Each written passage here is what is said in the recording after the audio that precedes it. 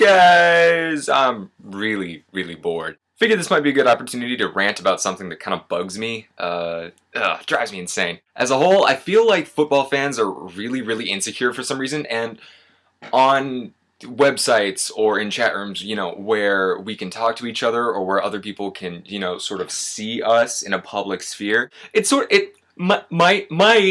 might lead to some people making asses out of themselves. Now, I know if you're here watching this video that you're a great person. Seriously, you're a good person. I'm 100% sure that you're probably a pretty good person. That's why right now I just want to take 5 minutes and talk about the top 5 kinds of people on footballing websites that drive me insane. Not for my benefit, not because I need to release that poison, but just for you.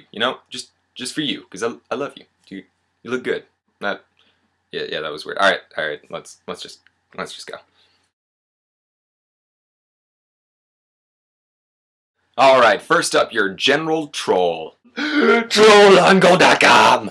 Now, trolls aren't exactly footballing website exclusive. You can find them on YouTube or just about any other social website that exists on the internet. The reason they take the 5th spot is just because they're not thinking about what they're doing. Honestly, they just want to get a rise out of people. Which on the one hand, they do a very good job considering I'm actually making this video. But on the other hand, I can't help but feel like they just act like children. And that's why I can't really get too mad at them. I kind of just look at them and go, what are you doing? And honestly, I think there are different levels of trolls. There are trolls who are kind of smart about what they're doing and are smart about how they kind of get people riled up. And then there are people like this guy. This is a comment left in an article about Luis Suarez.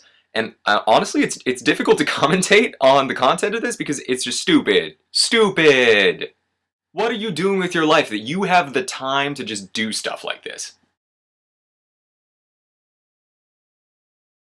Next up, the bane of any true fan's existence, glory hunters. Let me tell you a little story to illustrate. Back in 2006, all of my friends were Brazil fans. Ronaldinho was in his heyday and everybody was wearing the color yellow. I myself was following Italy and the United States of America. I'm a US citizen. I'm also of Italian heritage. And then, when Italy actually made it to the final and then beat France and lifted the Cup of Life, suddenly there were a lot of Azzurri jerseys around.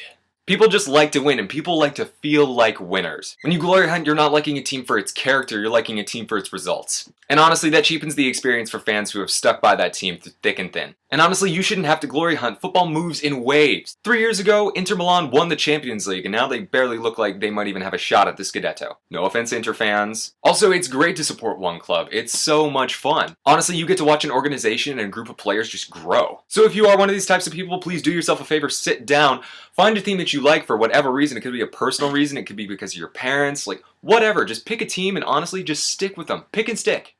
Anybody want to take bets on how long this guy's been a Munich fan? No? Anybody?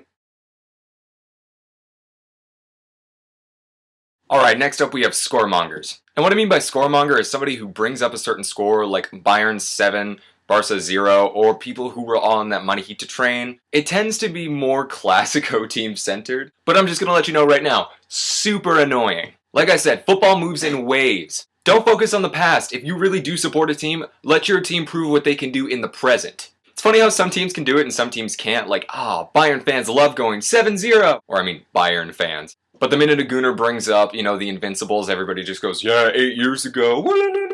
You look silly. Stop it. This guy's name is relevant. Oops. Next up we have nicknamers. And this one is pretty straightforward and actually extremely disrespectful. People who use nicknames like Gaynaldo, which is actually super homophobic and super offensive, Taxesi, or Rubentus, or Bayern Muncheat, or UEFA Lona. With access to the entirety of the English language, all you could come up with was Mooncheat, or other such fan favorites like Divenaldo or Fatuni, which is terrible and I've only seen a couple times, but really bad. Honestly, you're just making yourself look foolish, like can't tie your shoes foolish, or kindergartner can count to your IQ foolish. That kind of talk does not add to the conversation, it's not constructive, and really has no place on a football website. I was under the impression we'd actually all graduated from the 6th grade. Do yourself a favor and start acting like an adult. Dead serious.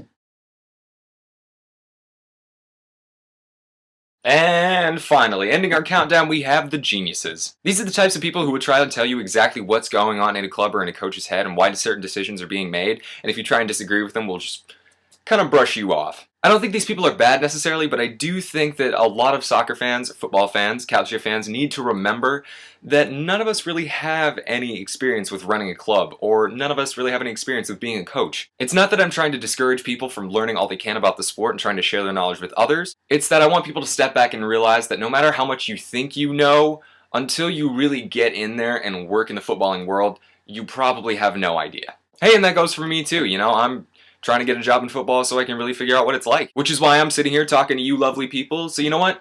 I'll make you a deal right now. You guys talk to me, share with me your information, I'll talk to you, I'll share, you know, the little information that I happen to have, and we can make each other better. Nobody knows everything. And anybody who pretends to own a footballing website really needs to get a reality check. Alright everybody, and I think that ends my countdown. Thanks so much for sticking with me.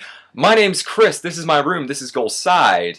Please do me a favor, like, comment, and subscribe if you actually happen to make it to the end of the video. And I will see you guys later.